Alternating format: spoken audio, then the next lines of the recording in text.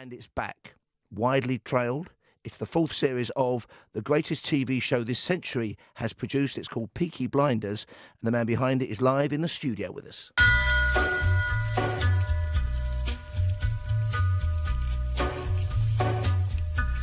And when it began, it seemed like a forgotten slice of social history. It reminded me in part as a more full-on 21st century version of something like When the Boat Comes In. When the boat came in, because it was about the First World War and the aftermath and what happened and people changing lives and changing society.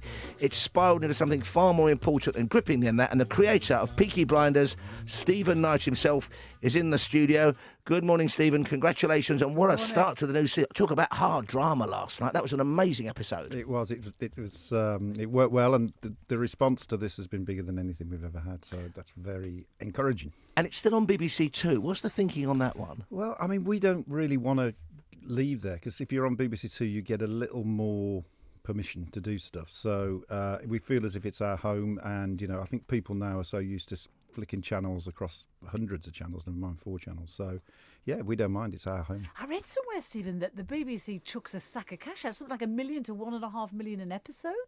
That doesn't ring true. That's Stephen's fee. That's what he gets. That's me trying to do my research. No. I mean, we hopefully we make it look like a really expensive show when in fact it isn't. So if you compare that to an American returning series, we're probably on about a 14th, 15th of the budget. What's amazing is the money's all on the screen, and there's also an element of what I think they almost used to call magical realism. Mm-hmm. And I'm thinking of things like in the very first episode, you get the main man, Tommy Shelby's riding through the streets of Birmingham, Sparks Fire. He's on this amazing-looking horse, and a Chinese one comes and kind of blows red dust into the horse's nose. Mm-hmm. And you suddenly think we're in a different, almost dark, poetic realm of that. Was it a problem convincing the BBC to go for that kind of level of dark poetry? No, I mean, the good thing about the BBC is that if they go with the idea and the concept, they leave you alone. They don't go into the details. They sort of say, OK, come back when it's done.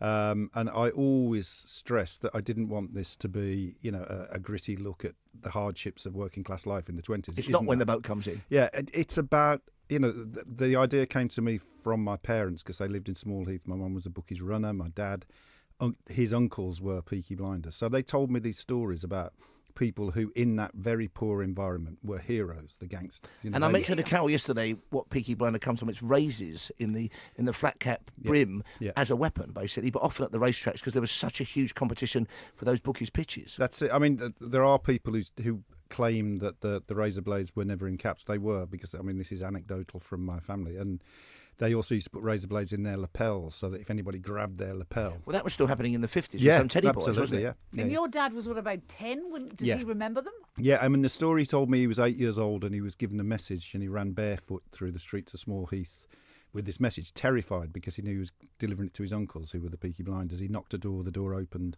cigarette smoke and booze, and he said there was a table covered in money, coins, in a place where there was no money, and 9 men immaculately dressed drinking beer out of jam jars. And it's just that image. That's an image. Absolutely. And also the fantastic thing about it is the cast you've attracted for it. Cillian Murphy, of course, brilliant. The other brothers amazingly paid. But you've also got Tom Hardy and now Adrian Brody. I mean, Helen McCrory, amazing as well, isn't it? But how did Adrian Brody how did he get on his radar? It's been phenomenal, the response in the States. And when I write movies as well. So when I'm in Hollywood, it's difficult to get off the topic of Peaky Blinders because everybody loves it over there.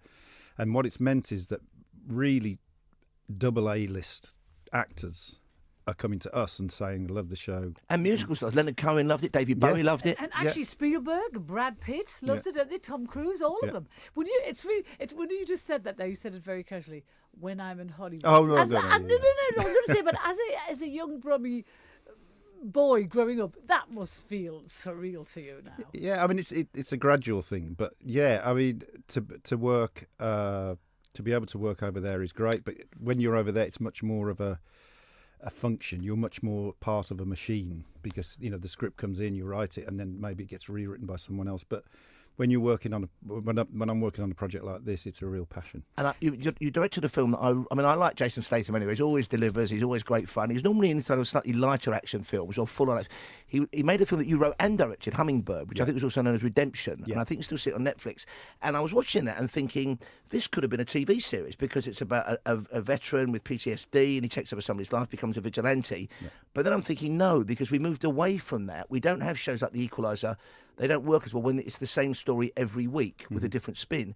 I wonder whether movies, as we grew up with them, 2-hour movies, are the dinosaurs now, whether the future's always going to be the kind of series like Breaking Bad, Sopranos, Peaky Blinders. Yeah, I mean, we are definitely at a time of flux where everything's changing, and I think over there and over here people know that. But I don't think the 2-hour movie is going to... I mean, I'm still doing 2-hour movies, and I think the form of a movie is a particular thing. How do you know which has got the arc of a 2-hour movie and which is going to be your Peaky Blinder or your Taboo? I think if you can feel that this thing is what they used to call a saga, in other words, if you've got a family and the family's going to evolve and develop, or if it's the true story of someone like biopics often fall apart because they're so short, you can do that on TV. And I think that I think the TV box set is now much more similar to the novel, the way that the novel there's that Dickensian spread, isn't there? The loose baggy monster. Exactly that. You've done a huge body of work now. How easy do ideas come to you now? New ideas?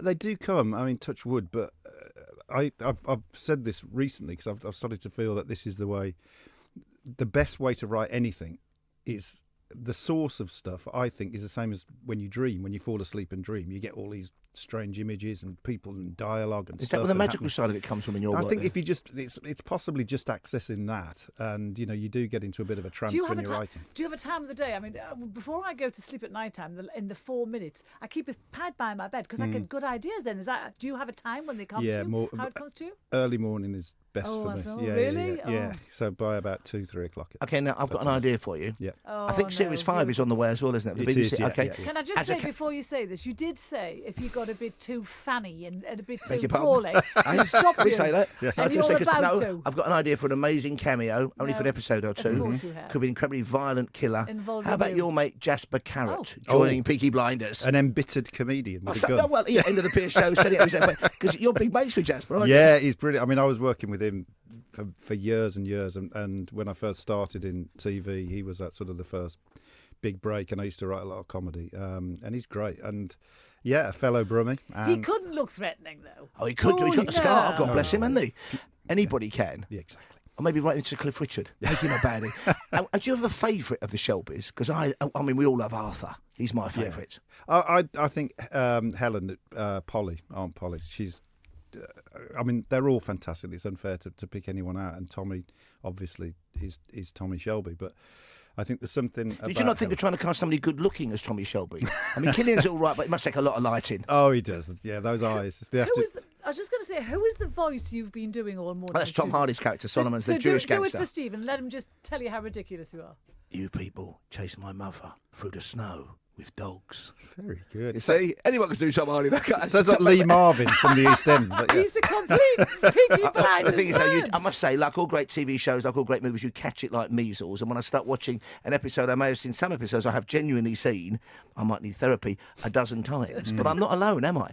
No, I mean, it is a phenomenon. It is. It's sort of become part of the culture in that people wear the clothes, people have that haircut, which when we first did it, I've seen everyone was people, astonished. 2 people differently, with Killian's face tattooed on Yes, them. I know. That's really... And people with trucks with Killian's face on it But as well. he's had a new haircut, hasn't he? Well, he just lets it grow and then... Because I swear to God, all the stuff that's happening in the world today, the only story around the newsroom is his new haircut. Yeah. Everyone's And running the around saying, fact, doesn't he look that fabulous? Stephen Knight is in, for which we're Yeah, totally what about grateful. my Absolutely, haircut? yeah, absolutely. Stephen, great to meet you in the flesh, mate. Thank you so much indeed for changing the way I watch TV, for the greatest TV show, seriously, of the 21st century. It's Peaky Blinders. It's back. Catch it up on the BBC iPlayer and watch the other series. I think all 3 are available now on Netflix. And do go for Hummingbird or Redemption with Jason Statham. You will not be disappointed. It's 9:46. It's Talk Radio. We'll get you talking.